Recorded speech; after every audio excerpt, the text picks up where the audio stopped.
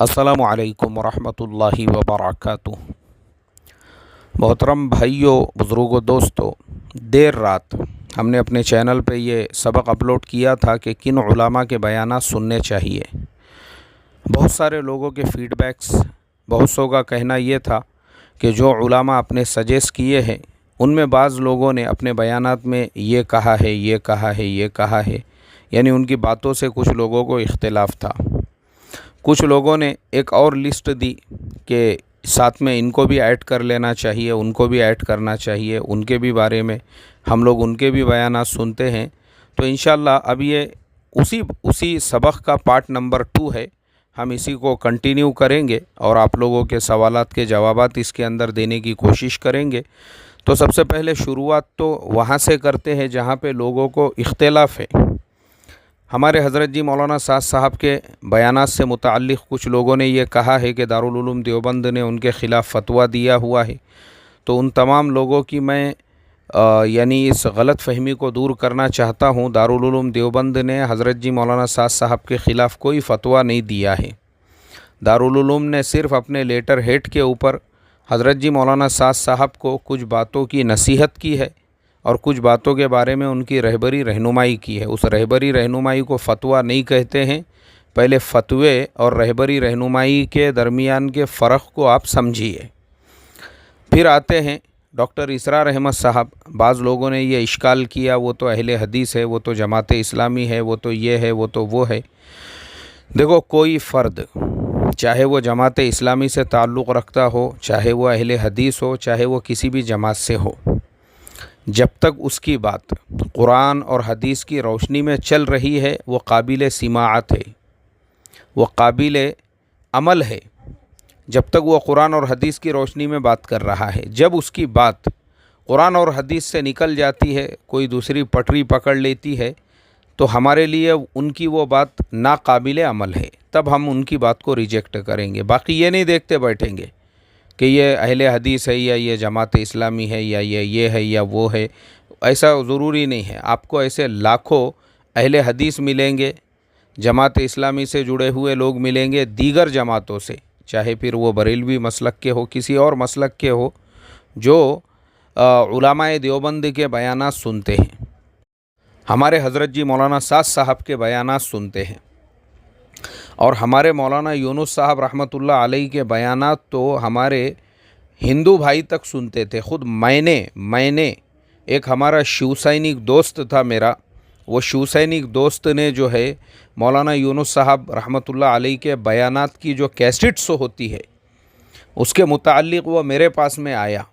बाज़ाब्ता मैंने पूरे इकराम से उसको बिठाया, उसको चाय वाय पिलाया और मौलाना यूनुस साहब रहमतुल्लाह अलैह के बयानात के उस ज़माने में कैसेट चलते थे, वो कैसेट मैंने उसको दिया। तो हमारे हिंदू भाई जब वो इस चीज़ में तफरीक़ नहीं करते हैं कि भाई बयान से फ़ायदा हो रहा है तो हमने सुनना चाहिए, तो जब वो इसमें तफरीक़ नहीं कर रहे हैं तो हम मुसलमान जूते इसीलिए खा रहे हैं कि बयान सुनने से पहले भी हम ये देखते हैं कि ये अपने मसलक का है या नहीं है। जबकि एक सादा सिंपल फार्मूला है, बयान आप किसी का भी सुनो, कोई प्रॉब्लम नहीं है, लेकिन उनकी जो लाखों बातें हैं, उन लाखों बातों में से जो एक बात आपके अपने मसलक के ख़िलाफ़ है, आप उसको छोड़ दो। लेकिन उनकी एक बात की वजह से आप उनकी लाखों बातों को नहीं छोड़ सकते।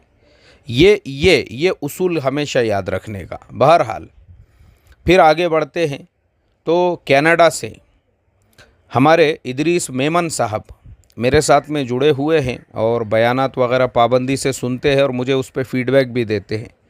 तो हमारे इदरीस मेमन साहब ने मुझे कम से कम एक 5 मिनट का वॉइस क्लिप भेजा और पूरे वॉइस क्लिप में सिर्फ एक पॉइंट को उन्होंने जो है हाईलाइट किया कि आपने मुफ्ती तारिक मसूद साहब का ज़िक्र किया है।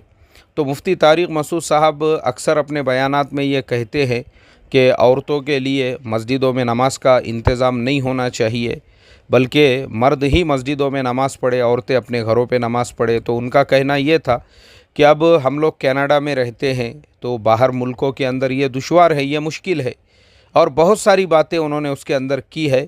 जैसे उन्होंने ये कहा कि वो जो है ना इस बात को दलील बनाते हैं कि आज तो कॉलेजेस का माहौल है, आज तो ऐसा माहौल है, ऐसे माहौल के अंदर मस्जिदों में औरतें आएगी तो इससे बेहयाई बढ़ जाएंगी।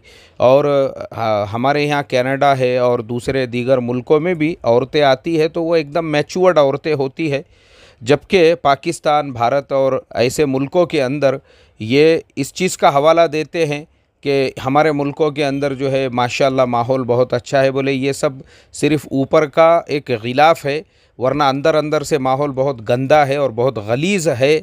इसलिए कि ऐसे मुल्क सिर्फ़ नज़र आते हैं कि कनाडा में बहुत माहौल ओपन है और अमेरिका में माहौल बहुत ओपन है, लेकिन रियलिटी ये है कि यहाँ की औरतें उतनी मैच्योर्ड भी है। और उन मुल्कों के अंदर जो तुमने गिलाफ डाल के रखा हुआ है, अंदर अंदर से पूरी गंदगी फैली हुई है। जो वहाँ के सीरियल है उन्होंने पूरे माहौल को ख़राब करके रख दिया हुआ है कि एक जेठ के साथ में जो है 3-3 के लपड़े लोचे चल रहे हैं। और अल्लाह हिफाजत फरमाए। खैर ये ऐसा उन्होंने मुझे बताया, खालिद अपने इदरीस मेमन साहब ने। तो मुझे जो है इदरीस मेमन साहब का जो 5 मिनट का जो मैंने उनका वॉइस क्लिप सुना है, तो इदरीस मेमन साहब से भी मैं ये कहना चाहूँगा कि हमारे इदरीस मेमन साहब देखो, एक्चुअल मसला यही है कि हम लोग जब तक दूसरे मुल्कों का सफ़र नहीं करते ना तो ये चीज़ को हम समझ नहीं सकते। मतलब अगर भारत में बैठ के कोई औरतों के मस्जिद में नहीं आने की बात कर रहा है तो एक्चुअल में उसकी पैदाइश उसी ज़िले में हुई है, उसने पूरी ज़िंदगी वहीं गुजार दिया, उसको मालूम ही नहीं है उसकी पूरी लाइफ जो है ना, पूरी लाइफ कुछ किलोमीटर के अंदर गुजर चुकी है। वो जब अपने मुल्क से बाहर निकलेगा तो उसको पता चलेगा कि औरतों के मस्जिद में नमाज़ पढ़ने के लिए जो कंसेप्ट है उसके, वो अल्लाह के नबी सल्लल्लाहु अलैहि वसल्लम के ज़माने में औरतें पढ़ा करती थी। तो इस ज़माने के अंदर जब वो बाहर निकलेगा, क्योंकि उमूमन बाहर की इंडिया की 90% मस्जिदें जो है वो गाँवों की है या महल्लों की है, 90% मस्जिद। अब उसके कंपैरिजन में बाहर मुल्कों को जब एक इंसान इंडिया का, जैसा मैं आपको मेरी मिसाल देता हूँ, मैं सऊदी गया तो मैंने सऊदी में देखा कि वहाँ की जो मस्जिदें हैं उन मस्जिदों में भी मस्तूरात के लिए एक हिस्सा होता है, लेकिन वो औरतें किधर आती है किधर जाती है कभी पता भी नहीं चलता कि उन औरतों का आने का दरवाज़ा किधर है, जाने का दरवाज़ा किधर है, जबकि वो उसी मस्जिद से कनेक्टेड है। तो पता ये चला कि जब औरतों का हिस्सा ऑलरेडी मस्जिद में है लेकिन वो किधर से आ रही है किधर से जा रही है, तो इसमें हरज क्या है। बिल्कुल ये सही तरीक़ा है और मैं इस तरीक़े को अग्री करता हूँ। उसके अलावा मैंने मलेशिया में देखा, मलेशिया में तो ऐसा है कि वहाँ का शायद ही कोई मॉल ऐसा हो जिसके अंदर एक एक दो दो जगह पे जमात खाने ना बने हुए हो। मलेशिया में तो ऐसा है शायद ही कोई स्टेशन है, बहुत सारी ऐसी पब्लिक जो प्लेसेस होते हैं वहाँ पे नमाज का, यहाँ तक कि एयरपोर्ट के ऊपर भी। लेकिन मुझे सबसे अच्छी बात ये लगी, जहाँ वहाँ पे मर्दों के नमाज का इंतज़ाम है, फ़ौरन उसके बाद में औरतों के लिए भी अलग कमरा है।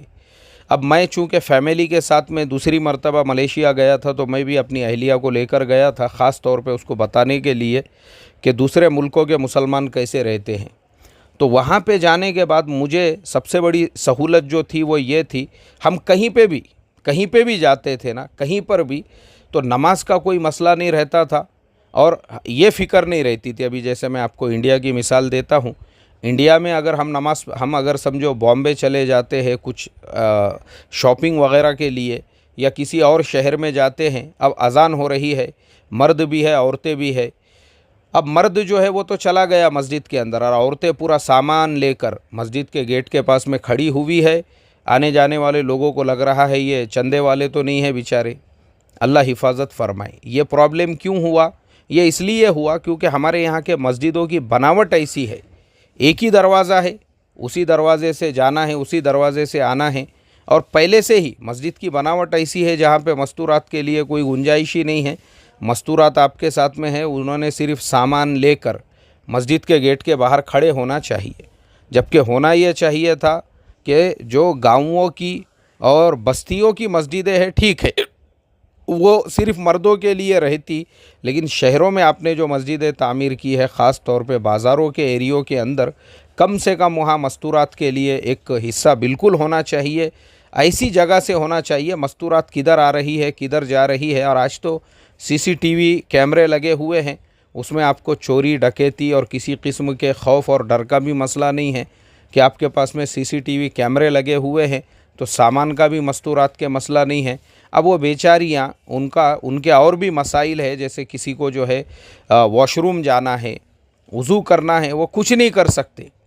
तो ये जो आपने पॉइंट को रेस किया है, तो मैं बिल्कुल आपके साथ में अग्री करता हूँ कि कनाडा है, यूएस है, यूरोपियन मुल्क है जैसे मलेशिया है और दीगर ममालिक है, इन मुल्कों के अंदर वाक़ई में ये चीज़ काबिल तारीफ़ है कि लोग ये समझते हैं। लोग असल में क्या होता है, हमारे यहाँ की जो थिंकिंग, मैंने जैसे आपको पहले बताया कि एक आदमी चंद किलोमीटर में उसकी पूरी ज़िंदगी गुजर जाती है ना, तो उसको दुनिया में क्या चल रहा है उसको मालूम ही नहीं है।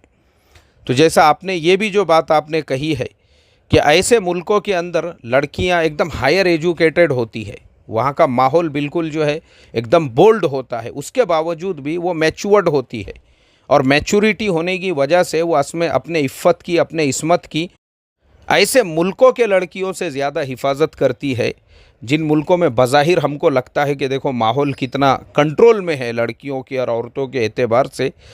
जैसे मैं आपको एक रात का वाक़या सुनाता हूँ, एबीपी न्यूज़, वो लोग बता रहे थे बम्बई के दहीसर में शाहिदा नाम की एक मुसलमान औरत, 2 बच्चों की माँ, अपने ही गली के अंदर किसी से नाजायज़ ताल्लुकात थे और उसने अपने शोहर को अपने यार के साथ, उर्दू में जिसे यार कहते हैं, मराठी में उसको धगड़ कहते हैं, तो अपने धगड़ के साथ मिलकर उसने अपने शोहर का कत्ल कर दी और कत्ल भी अपने बच्चों की नज़रों के सामने। उसकी 6 साल की लड़की, 2 साल का लड़का, दोनों बच्चे आंखों से देख रहे हैं। उनकी माँ, जिस माँ का काम था उन बच्चों की तालीम करना, उनकी तरबियत करना, वही माँ अपने उन बच्चों के सामने अपने धगड़ के साथ मिलकर अपने शोहर का कत्ल कर रही है, अपने शोहर की जान ले रही है।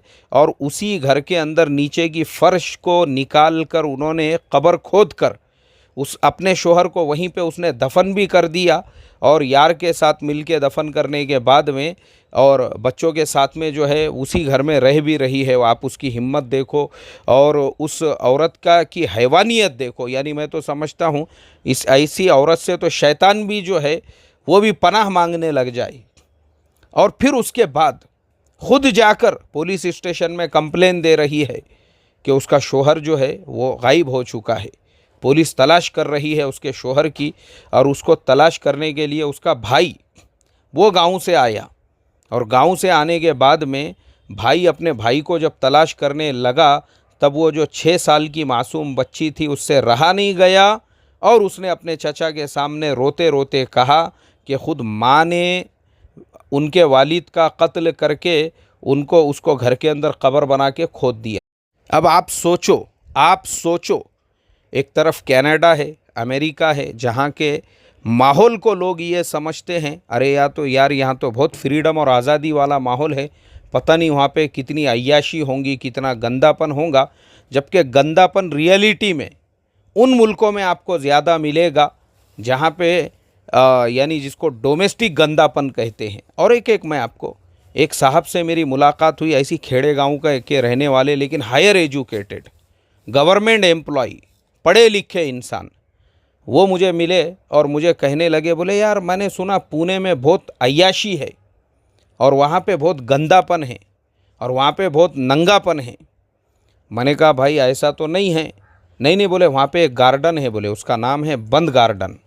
वो बंद गार्डन के बारे में मैंने ऐसा सुना हूँ कि उस गार्डन में सिर्फ़ एक लड़का और लड़की दोनों को ही वो गार्डन में छोड़ा जाता है, उनके अलावा आम लोगों को परमिशन नहीं है। मैंने मेरे सर पे हाथ लगाया, मैंने कहा भाई तू पढ़ा लिखा इंसान है, हायर एजुकेटेड है और तू गवर्नमेंट एम्प्लॉई है, तेरे जैसा इंसान ऐसी फालतू बात करेगा, मेरे को तो इसका भरोसा नहीं था। तुझे अक्ल है? मैंने बोला अक्ल असल में कैसा है, चंद किलोमीटर में तुम्हारी ज़िंदगी जो है ना एक कुएं में गुज़र रही है। कुएं में तो जो सुनी सुनाई बातें होती है, तुम जैसे लोग, तुम खाली टीवी में देखकर या न्यूज़पेपर में देखकर या वहाँ की कुछ तस्वीरें देखकर तुमको ऐसा लगता है कि ये बड़े बड़े शहरों का माहौल ऐसा ख़राब है। तेरे को ये पता होना चाहिए कि बंद गार्डन एक पूरे मोहल्ले का, पूरे एरिए का, पूरे इलाके का नाम है जितना तेरा गांव है ना, मैं बोला जितना गांव, वैसे 10 गांव बसा सकता तू वो पूरे महल्ले यानी वो पूरे एरिया के अंदर, वो इतने बड़े एरिया का नाम है। ऐसे 10 गांव, वो एरिया में एक एक सोसाइटी इतनी बड़ी है, उसकी एक एक बिल्डिंग में ये पूरा एक एक गांव बस सकता। लेकिन चूंकि प्रॉब्लम है, मेंटालिटी वैसी बनी है, तो हमारे इदरीस मेमन साहब का ये जो पॉइंट है, ये वाकई में भी गौर करने जैसा है। और बिल्कुल आपकी बात बरहक है कि बड़े शहरों के अंदर जो मस्जिदों के बारे में आपने इशू रेस किया है, बिल्कुल होना चाहिए वो, और ऐसा हो जैसे मलेशिया सऊदी वगैरह में किधर फीमेल आती है जाती है पता भी नहीं चलता किसी को। दूसरी बात, बहुत सारे लोगों ने बहुत सारे और दीगर लोगों के भी नाम सजेस्ट किए हैं कि इनके बयान उनके बयान सुनना चाहिए। बिल्कुल सुनना चाहिए, उनके भी बयानात आप सुनो, उनमें से जो पॉइंट्स जो बातें अमल करने की है वो आप लो। जो बात आपके मिजाज से या मसलक से टकराती है और जो कुरान और हदीस के ख़िलाफ़ है, बिल्कुल छोड़ दो आप उसको, बिल्कुल आप उसको रिजेक्ट कर दो, कोई मसला नहीं है। अब हमारे मौलाना यूनुस साहब रहमतुल्लाह अलैह के जो बयानात यूट्यूब के ऊपर अवेलेबल है वो मुकम्मल नहीं है, और मैं समझता हूँ ये हमारी कमज़ोरी है कि हमने हमारे मौलाना के जो बयानात आज भी कैसेट्स के अंदर अवेलेबल है, उन सब को एक जगह जमा करके यूट्यूब के ऊपर डालना चाहिए था, तो वो नहीं है। बहुत से बयानात मैं असल में मेरे पास खुद ऐसी कैसेटें हैं जो बयानात उसके अंदर है वो यूट्यूब पे नहीं मिलते हैं, और यूट्यूब पे जो बयानात डाले हुए हैं अक्सर बयान मैंने देखा हूँ आधे हैं, अधूरे हैं, बात उसमें नामुकम्मल होती है, सुनने वाले को समझ में नहीं आता है। तो इंशाअल्लाह मौलाना यूनुस साहब रहमतुल्लाह अलैह के बयानात से मुताल्लिक़ अल्लाह ने चाहा तो ख़ुद मैं इस बात की फ़िक्र लेता हूँ कि कैसेटों के ज़रिए से उनके सारे बयानात को हम जमा करके फिर इंशाअल्लाह उसको यूट्यूब पे डालने की कोशिश करेंगे, ताकि लोगों तक हमारे मौलाना यूनुस साहब रहमतुल्लाह अलैह के भी वो तमाम बयानात, वो सारे बयानात, जो एक एक बयान उनका इतना इतना कीमती है कि इंशाअल्लाह उम्मत जो है बता नहीं सकते हम कितना उम्मत को उससे फ़ायदा पहुँचेगा, ख़ास तौर पे हमारे नई नस्ल को, नए जनरेशन को। तो इंशाअल्लाह हम खुद उसकी कोशिश करेंगे। अल्लाह से दुआ करता हूँ अल्लाह हम तमाम को अमल की तौफ़ीक़ अता फ़रमाए। अस्सलामु अलैकुम व रहमतुल्लाहि व बरकातुहू।